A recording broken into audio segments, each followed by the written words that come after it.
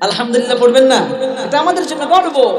আমার দেশ থেকে অনেক কিছু রপ্তানি হয়, আলহামদুলিল্লাহ। আমার সোনার মাতৃভূমি। মিয়া, দুর্ভাগ্যের বিষয়, এ দেশে যদি চুরি না থাকতো, এ দেশে যদি চাঁদাবাজি না থাকতো, টেন্ডারবাজি না থাকতো, আল্লাহর শপথ আমার দেশ এক নম্বরে এগিয়ে যেত। সোনালী দেশের মধ্যে হাজার হাজার মানুষ, লক্ষ লক্ষ শ্রমিক এ দেশে কাজ করে, খেতে খামারে। কথা বলেন, কোটি কোটি টাকার সম্পদ তারা মেরে দেয়। রাস্তাঘাটে রাগ করবেন না, উদাহরণস্বরূপ, আমি কারো বিরোধিতা না, আমি কিন্তু আপনাদের এলাকার সন্তান। এই যে আমার বাসা কাছে, বিভিন্ন জায়গায় প্রোগ্রাম করি, বিশেষ করে শীতের মৌসুমে গাজীপুর, বরিশাল, চাঁপাইনবাবগঞ্জ, তারপর আপনার শেখ হাসিনার এলাকা। এই যে কয়েক মাস আগে শেখ হাসিনার এলাকা থেকে আসলাম, গোপালগঞ্জ, ফ্রেন্ডের মাদ্রাসা সহকারে সেখানে গিয়েছি।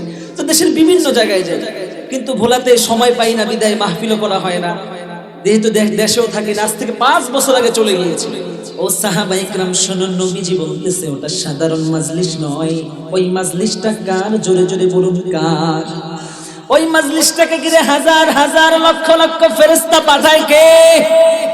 হাজার হাজার লক্ষ লক্ষ ফেরেশতা আল্লাহ আসমান থেকে অবতীর্ণ করে। শুধু তাই না, নবীজি বলে এক একজন ফেরেশতা এক একজন ফেরেশতার কাঁধে ভর করতে করতে আল্লাহর আরশ পর্যন্ত পৌঁছে যায়। আল্লাহ জিজ্ঞাসা করে, ও ফেরেশতা, এত ঐক্যবদ্ধ কেন, গোলাকার কেন? কেন তোমরা মজমায় উপস্থিত হয়েছ? এভাবে কাদের উপর ভর করতে করতে আমি আল্লাহর আরশ পর্যন্ত পৌঁছে গিয়েছো, কেন তোমরা এখানে ঐক্যবদ্ধ হয়েছ? অন্তর খুলে আওয়াজ দিয়ে বলো, আমার আপনার রব এই সম্বন্ধে অবগত কিনা? আরো জোরে বলো, আল্লাহ জানে কি জানে না? তারপর আল্লাহ কেন জিগায়? আল্লাহ জিজ্ঞাসা করে, ও ফেরেশতা, আমার বান্দাগণ কেন এখানে ঐক্যবদ্ধ হয়েছে? আমার বান্দাগণ কেন এখানে একত্রিত হয়েছে? প্রিয় ভাইয়েরা, আল্লাহ এই কারণে জিজ্ঞাসা করে, কেননা বান্দা কার? আল্লাহু আকবার। আল্লাহ সব জানে কি জানে না? কথা বলেন, সব দেখে কি দেখে না? কেউ যেটা না দেখে সেটা দেখে কে? কেউ যেটা না বোঝে সেটা বোঝে কে? কেউ যেটা না শোনে সেটা শোনে কে? এই যে আমরা এখানে ঐক্যবদ্ধ হয়েছি, এটাও আল্লাহ দেখে কি দেখে না? জোরে বলুন, দেখে কি দেখে না? দুনিয়ার জমিনে সিসি ক্যামেরার ব্যবস্থা মনে হয় নাই, আছে? দোকানগুলোতে আছে। এয়ারপোর্ট কাস্টম অফিসার সেখানে আছে কিনা? আছে। নিরাপত্তা ব্যবস্থা রয়েছে, সব জায়গায় নিরাপত্তা ব্যবস্থা। তো এয়ারপোর্টে কাস্টমস অফিসারের চোখ ফাঁকি দেওয়া যায় কি যায় না?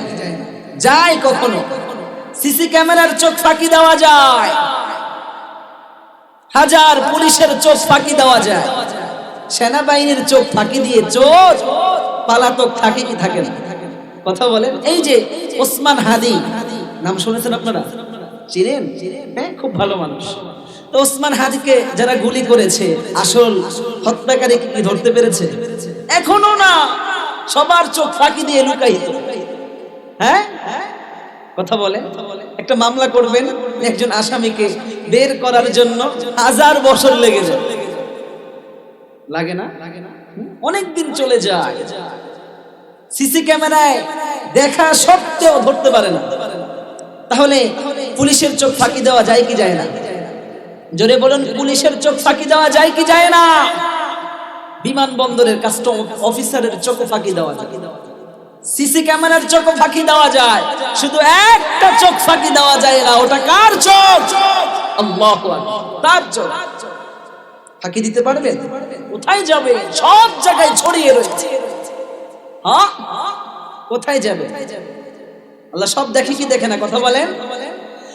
এজন্য লোকমান হাকিম তার সন্তানকে উপদেশ দেন, ইয়া বুনাইয়া ইন্নাহা ইন তাকু মিসকালা হাববাতিন মিন খারদালিন আতাকুম ফি সাখরাতিন আও ফিস সামাওয়াত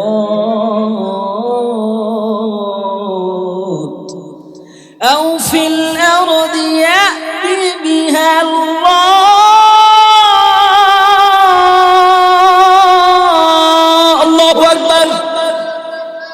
লোকমান হাকিম সন্তানকে উপদেশ দেয়, ও বৎস ছেলে, পৃথিবীর সব থেকে গোপন জায়গাও যদি চলে যাও, পৃথিবীর সব থেকে নিরাপদ জায়গাও যদি চলে যাও, ইয়া বুনাইয়া ইন্নাহা ইন তাকু মিসকালা হাব্বা, ছোট থেকে ছোট নেক আমল যদি পৃথিবীর সব থেকে গোপন জায়গায় চলে যাও, অথবা আকাশের উপরে চলে যাও, আর যদি সব থেকে জাররা পরিমাণে নেক আমল করো, আও ফিল আরদি ইয়াতি বিহাল্লাহ, শুধু তাই না, যদি জমিনের সব থেকে নিম্ন জায়গায় চলে যাও, যেখানে কেউ দেখে না, কোনো মানুষ নাই, জনবসতি নাই, ঘন নাই, কেউ নাই, কেউ দেখে না, ও বৎস, পৃথিবীর সব চোখ ফাঁকি দিতে পারবা, তোমার রব, তোমার আল্লাহ সর্বক্ষণ তোমাকে দেখতে পায়।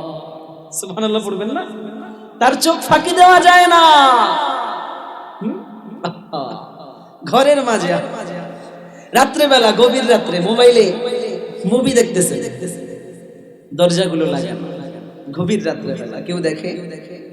বাবাও না, মাও না, বাজে ছবি দেখতেছে, ল্যাংটা ছবি আছে না নেই? মোবাইল আমাদেরকে শেষ করে দিয়েছে, যুব সমাজ ধ্বংস করে দিয়েছে মোবাইল। ঘরে ঘরে মোবাইল, সেলফি। আর মায়েরা, বোনেরা তো আল্লাহর বান্দিরা, বিবাহের পরেও মোবাইলের কারণে পরকিয়া করে শেষ হয়ে যায়। স্বামী স্ত্রীর ডিভোর্স আছে না নেই? মোবাইলের জন্য।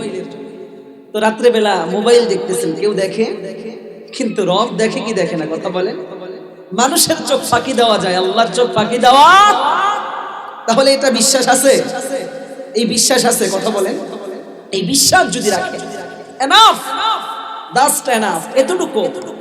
যদি আপনার অন্তরে, আপনার মনের মধ্যে এই বিশ্বাসটা থাকে যে আমি যেখানেই যাই, পৃথিবীর যেই জায়গায় যাই, পৃথিবীর যেই প্রান্তে যাই, সমুদ্রে যাই না কেন, আকাশের উপর বিমান চলে ওখানে থাকি না কেন, যেখানেই যাই, কেউ না দেখুক, দেখে কে? আল্লাহ দেখে। তার চোখ ফাঁকি দেওয়া যায়। এই তাকওয়া যদি অবলম্বন করতে পারেন, আপনার মনের মধ্যে গুনাহ থাকবে, আপনার দ্বারা গুনাহ সংগঠিত হবে না। কেননা আমার রব তো দেখতে পায়। কথা বলেন। দেখেন কিভাবে আল্লাহ তাআলার চোখকে ফাঁকি দেওয়া যায় না, এই কথা যদি অন্তরে থাকে, গুনাহ থেকে বাঁচবেন কিভাবে? ঘটনা শুনে নেব। এক মালিক তার চাকরের স্ত্রীর উপর আসক্ত ছিল। কি ছিল? বাগানে পানি দেওয়ার জন্য, মালি বলি না আপনারা? আপনাদের এলাকায় কি বলে? ওই যে পানি দেয় না, হ্যাঁ, চর্চা করে গাছ বাগান। তো আরব কান্ট্রি, সেখানে খেজুর গাছ আছে না? হ্যাঁ, তো খেজুর গাছে চর্চার জন্য যে লোক রয়েছে, মালিক তার স্ত্রীর প্রতি খুব আসক্ত, খুব, অনেক। তো ছলে বলে করে কৌশলে একবার তার যে চাকর আছে বা মালিক, তাকে দূরে বাজারে কোথাও পাঠিয়েছে। পাঠানোর পর সে তার স্ত্রীকে কুপ্রস্তাব দিয়ে ঘরের মধ্যে আসছে। মালির স্ত্রীকে কুপ্রস্তাব দিয়ে ঘরের মধ্যে আসলাম, ডাক দিয়ে বলে, ও চাকরানী, ঘরের যতগুলো দরজা রয়েছে, ঘরের যতগুলো জানালা রয়েছে, সব দরজা বন্ধ করে দাও, সব জানালা বন্ধ করে দাও। আল্লাহর বান্দি ডাক দিয়ে বলে, মালিক, বন্ধ করে দেব। মালিকের কথা অনুযায়ী ঘরের সব দরজা বন্ধ করে দিয়েছে, সব জানালাগুলো বন্ধ করে দিয়েছে, সব দরজা বন্ধ করে দিয়েছে। এবার মালিক চাকরানীকে ডাক দিয়ে বলে, সব দরজা কি বন্ধ করছো? সব জানালা কি বন্ধ করেছ? আল্লাহর বান্দি ডাক দিয়ে বলে, মালিক গো, সব দরজা বন্ধ করে দিয়েছি, সব জানালাগুলো বন্ধ করে দিয়েছি, কিন্তু একটা দরজা খোলা, ওটা বন্ধ করতে পারি নাই। কয়টা দরজা? আরো জোরে বলুন, কয়টা? ও মালিক, সব দরজা বন্ধ, সব জানালা বন্ধ, কিন্তু একটা দরজা বন্ধ করতে পারি নাই। ধমকের সুরে মালিক বলে, আমি তোমাকে বললাম সব দরজাগুলো বন্ধ করতে, সব জানালা বন্ধ করতে, কিন্তু ওই দরজাটা কেন বন্ধ করো নাই? জানালা কেন বন্ধ করো নাই? আল্লাহর বান্দি ডাক দিয়ে বলে, মালিক, ওটা কোনো সাধারণ দরজা নয়, ওটা কোনো ছোটখাটো দরজা নয়। মালিক গো, আপনি আমি পৃথিবীর সব মানুষ যদি চেষ্টা করি, আপনি আমি মিলে পৃথিবীর সব ক্ষমতা সব কিছু যদি সবাই মিলে ওই দরজা বন্ধ করতে চায়, পৃথিবীর সব মানুষ মিলেও যদি ওই দরজাটা ওই জানালাটা বন্ধ করতে চায়, মালিক আল্লাহর শপথ ওই দরজা বন্ধ করতে পারবে না। মালিক রাগের ভাষায় জিজ্ঞাসা করে, ওটা কোন দরজা, কোন জানালা, এত ক্ষমতা কার? আল্লাহর বান্দি ডাক দিয়ে বলে, মালিক ওই দরজাটা কোন ঘরের দরজা নয়, ওই দরজাটা বাড়ির দরজা নয়, ওই দরজাটা প্রাসাদের দরজা নয়, ওই দরজা হচ্ছে আল্লাহর দরজা। পড়ি আল্লাহু আকবার। ওটা বাড়ির দরজা নয়, প্রাসাদের দরজা নয়, ওটা হচ্ছে আল্লাহর দরজা। মালিক কিভাবে আপনি সেটা বন্ধ করবেন? কোন ক্ষমতা আছে? ওই চোখ ফাঁকি দেওয়ার ক্ষমতা আছে? নেই। আল্লাহর বান্দা ভয় পেয়ে গেছে যে আমাকে তো আমার রব দেখতেছে।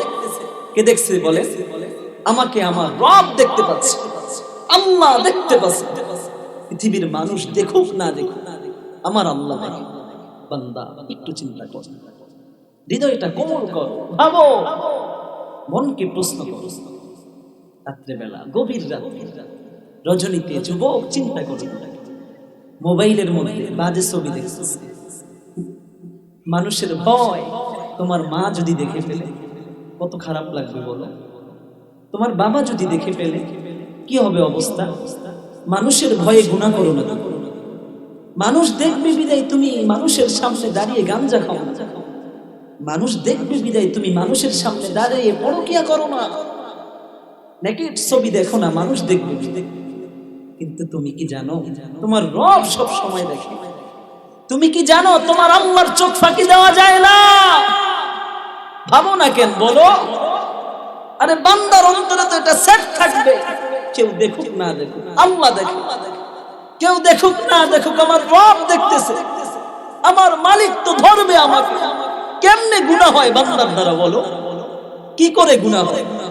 কখনো কি চিন্তা করো না, ভাবো না? অন্তর থেকে ওই রবের চোখ তো ফাঁকি দেওয়া যায় না। কোথায় যাইবা তার চোখ ছাইরা বলো? হ্যাঁ, কোন দেশে যাইবা? তুমি তো গুনাহ করতেছো আরামসে। তোমার রব যদি অক্সিজেন বন্ধ কইরা দেয়, ভাবছো কখনো? হ্যাঁ, ওই মালিকের জমিনে থাইকা, ওই মালিকের অক্সিজেন পাইয়া, মালিকের দেওয়া রিজিক পাইয়া কেন গুনাহ করো? একটু চিন্তা কইরা ভাইবা বলো। তোমার রব যদি তোমার শেষ কইরা দেয়, জাহান্নামে যদি নিক্ষেপ করে, রাত্রে বেলা গুনাহ করতেছো, মদের আত্মা খারাপ, আল্লাহ যদি ভূমিকম্প দিয়া ছাপ কইরা দেয়, চিন্তা কইরা দেখছো, ভাবছো কেন গুনাহ করো? মনকে প্রশ্ন করো, একটু বলো। রবের চোখ ফাঁকি দেওয়া যায়, বাদশার চোখ ফাঁকি দেওয়া যায়, মায়ের চোখ ফাঁকি দেওয়া যায়, বাবার চোখ ফাঁকি দেওয়া যায়। যুবক পায়ে হাত দিয়া বলি আল্লাহর চোখ ফাঁকি দেওয়া যায় না। কোথায় যাইবা তুমি? এজন্য সব সময় অন্তরকে এটা জারি রাখবা যে আমার মালিক দেখে। জোরে বলো, কে দেখে? আল্লাহ দেখে, দেখে, দেখে, দেখে। মালিক সব সময় দেখে। পারা যাবে তো? জোরে বলো। এবার আল্লাহ রাব্বুল আলামিন জিজ্ঞাসা করে, ও ফেরেশতা, দুনিয়ার জমিনে এই মাজমা কিসের?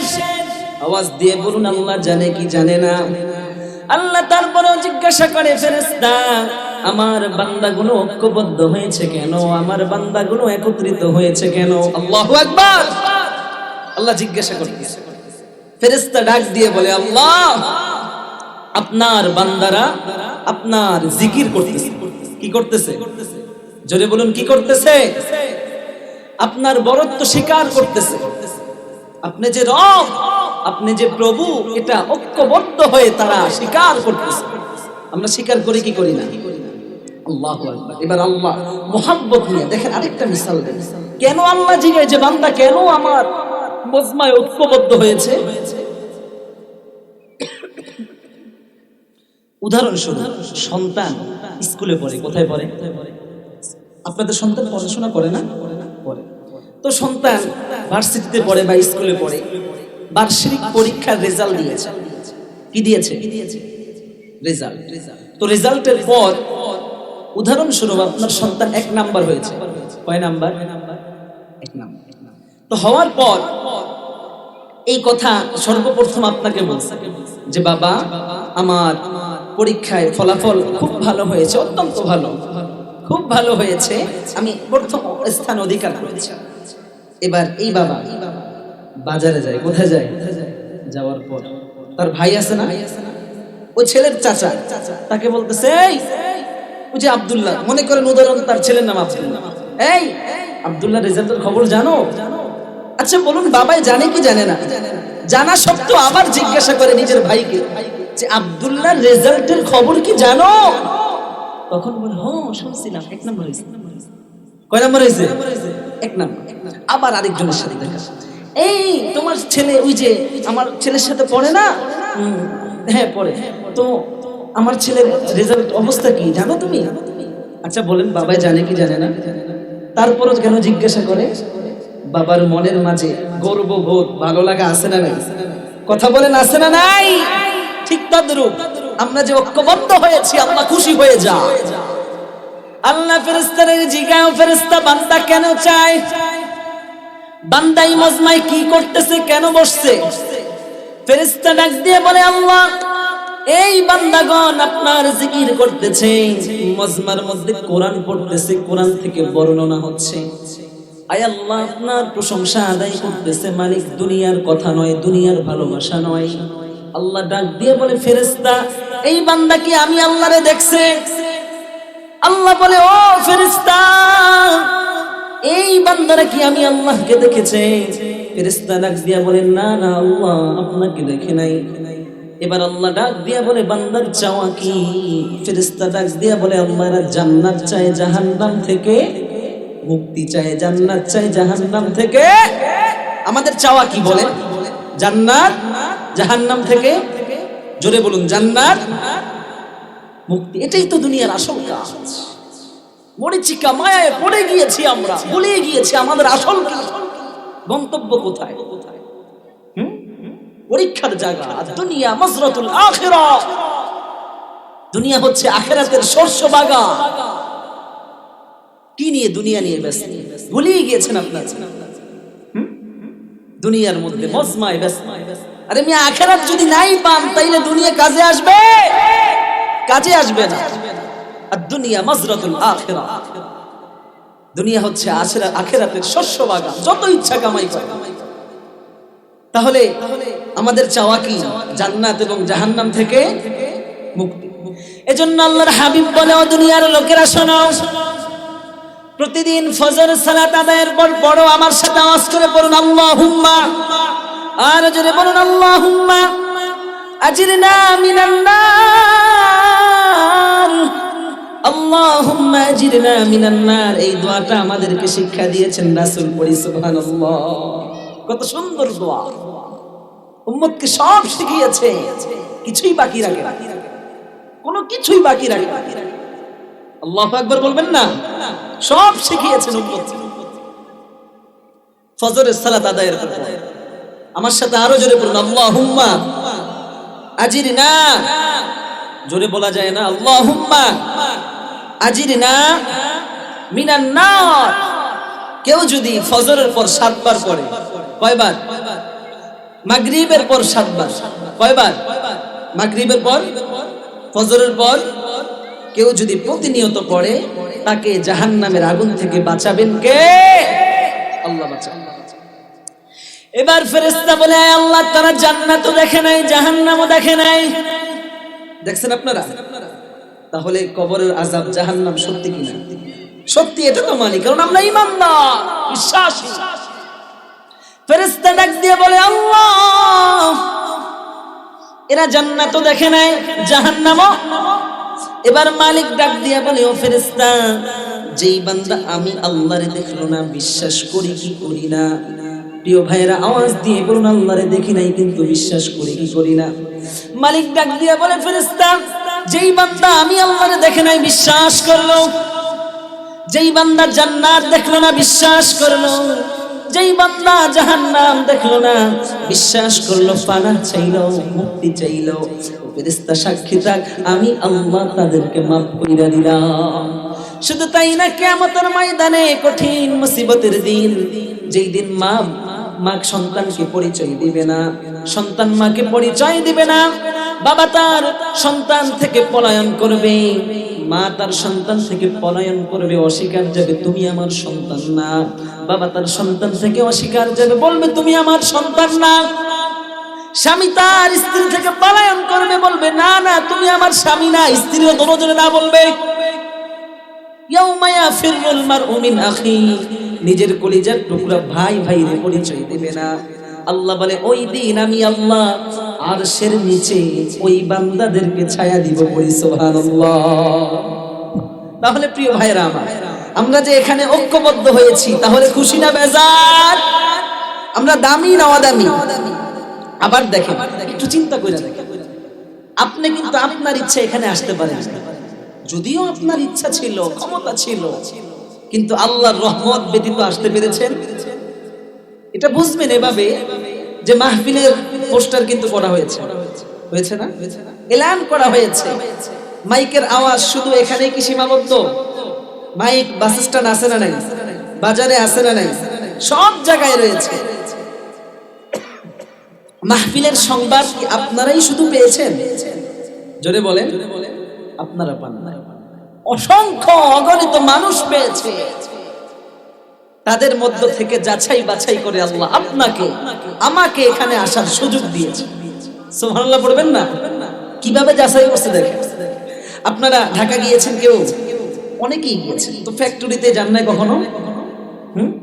ওদিকে দেখবেন গার্মেন্টসে যখন আপনার গেঞ্জি এমব্রয়ডারি করে, গেঞ্জি বানায়, হ্যাঁ জামা বানায়, গার্মেন্টসে বানায় না এগুলা, তো দেখবেন যখন সেলাই করে, সেলাইয়ের পর আমাদের বাংলাদেশের প্রোডাক্ট বাহিরে কিন্তু চলে, জানেন আপনারা?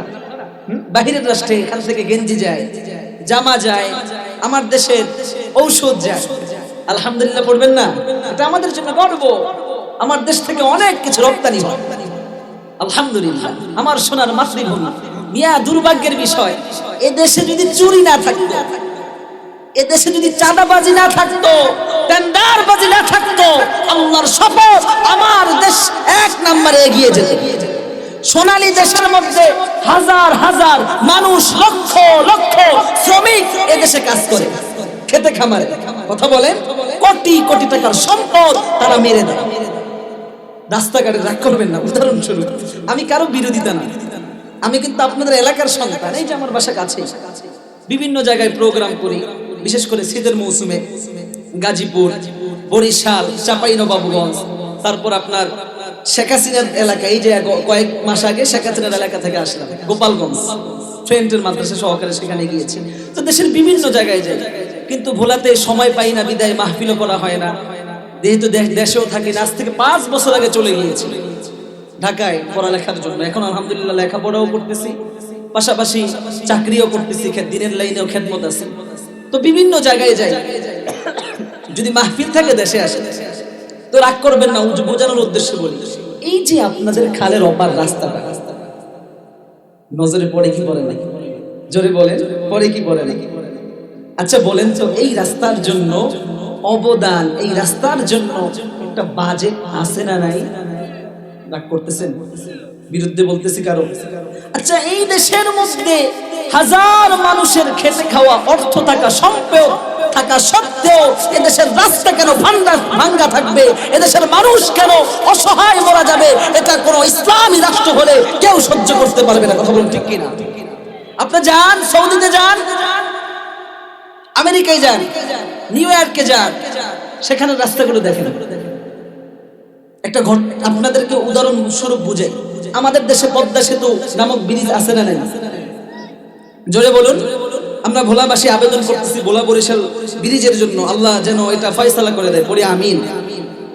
তো পদ্মা সেতুর জন্য বাজেট মনে হয় 1 লাখ টাকা হয়েছে, হ্যাঁ তাহলে 2 লাখ, কত কোটি টাকা বাজেট হয়েছে, বিশাল বিশাল। একবার মাহফিলে গিয়েছিলাম টাঙ্গাইলে, যাওয়ার পর তুলনামূলক আলোচনা করতেছি।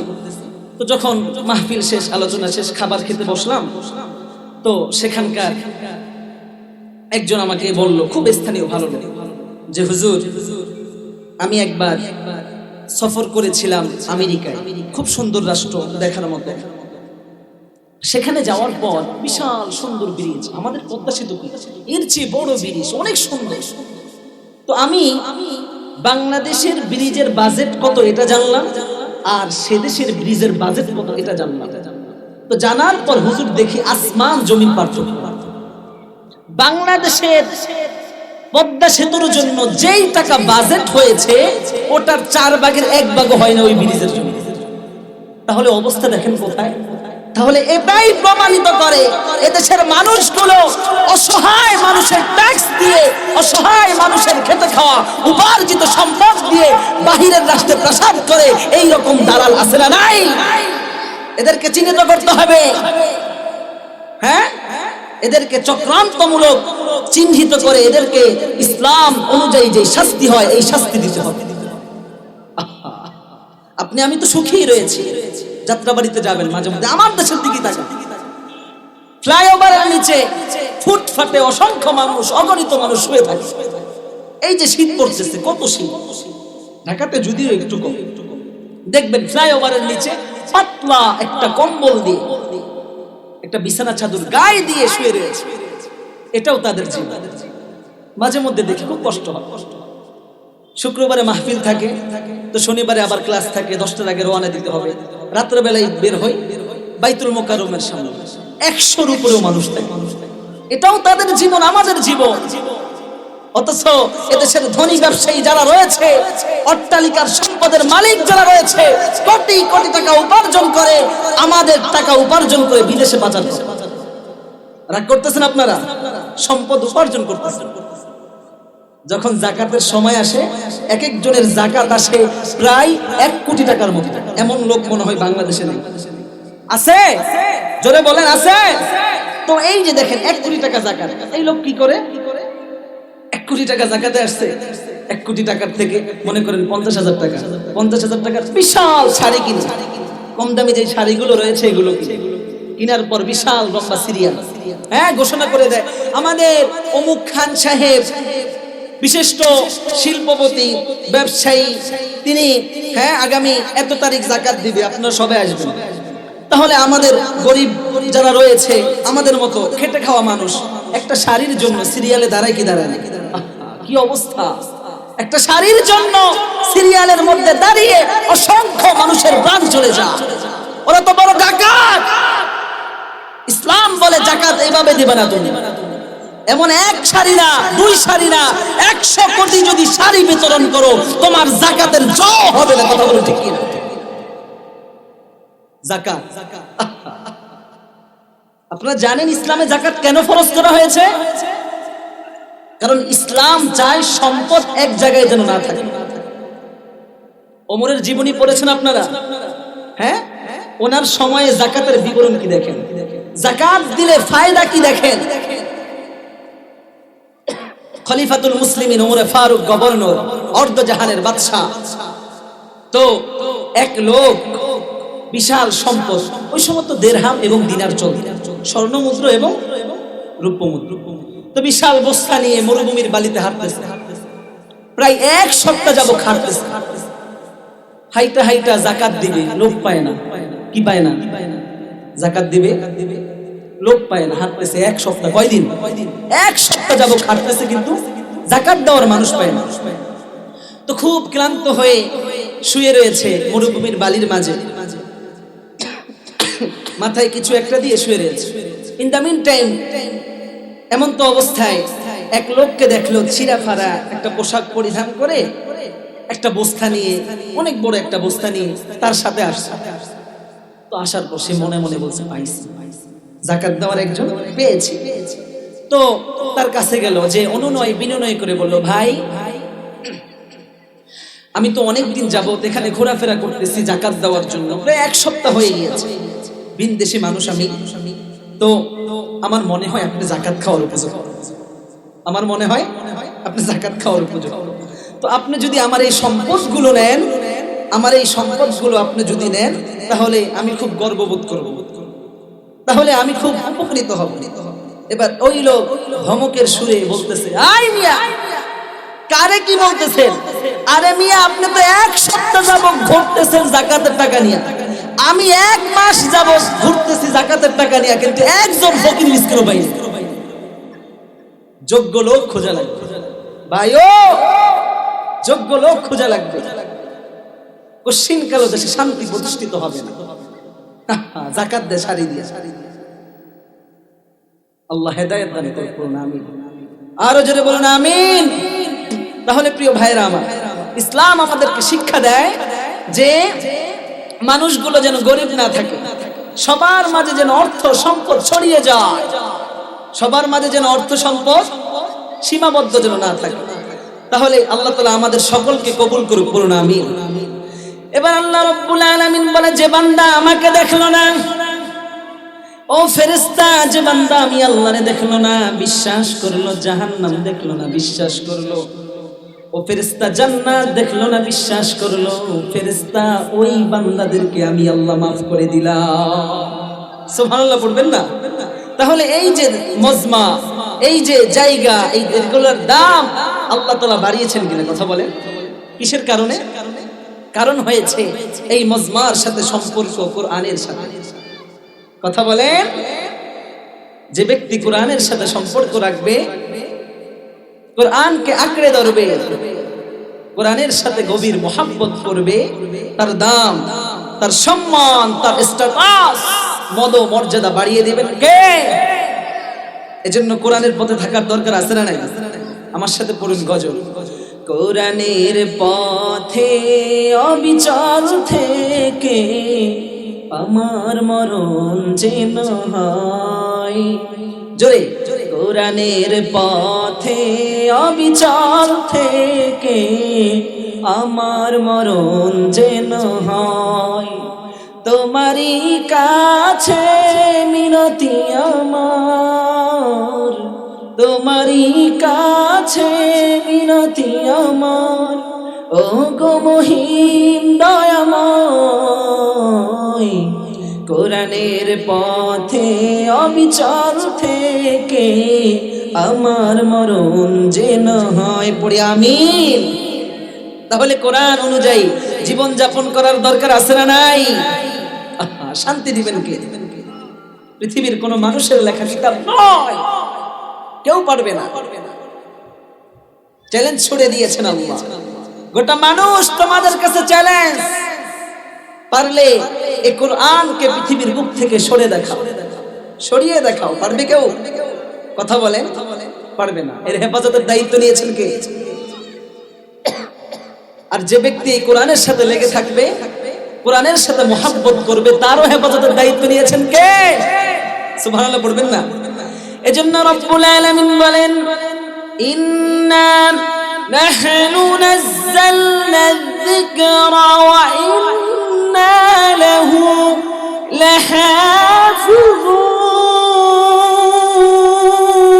লাহাফিজুন। রব্বুল আলামিন ডেকে বলে, ও দুনিয়ার মানুষেরা শোনো, আমি আল্লাহর একটা গাইডলাইন স্বরূপ তোমাদের জন্য কোরআন পাঠিয়েছি। ওই কোরআন দুনিয়ার মানুষের লেখা তৈরি কিতাব নয়, কবির বানানো কবিতা নয়, গণকের তৈরি গণকা নয়, গণনা নয়। ও দুনিয়ার লোকেরা শোনো, ওই কিতাবটা কার? আরো জোরে বলতে হবে কার? আল্লাহ বলে, ওয়া ইন্না লাহু লাহাফিজুন। শুধু তাই না, আমি আল্লাহ এই কিতাবের ধারবাহক, আমি আল্লাহ এই কিতাবকে হেফাজত করব। পৃথিবীর কোনো ক্ষমতা নাই এই কিতাবকে উল্টা পাল্টাতে পারবে। আল্লাহু আকবার। পারবে কেউ? পৃথিবীর সব বইগুলো যদি পড়িয়ে দেন, সব লাইব্রেরি যদি পড়িয়ে দেন, তাহলে মনে হয় কোরআন শেষ হয়ে যাবে। আওয়াজ আসতে গেছে, জোরে বলুন, কোরআন শেষ হবে? পারবে কেউ?